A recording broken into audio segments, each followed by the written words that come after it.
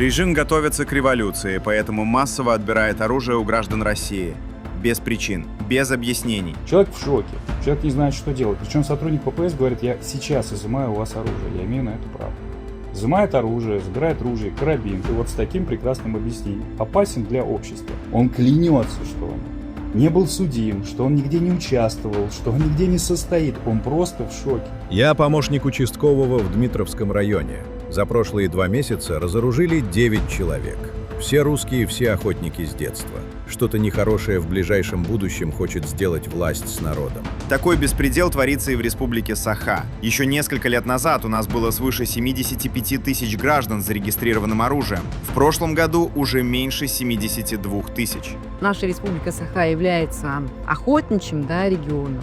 Практически у каждого мужчины Саха, и не только у Саха, а у каждого жителя мужского пола в республике Саха есть оружие. Им нас не запугать.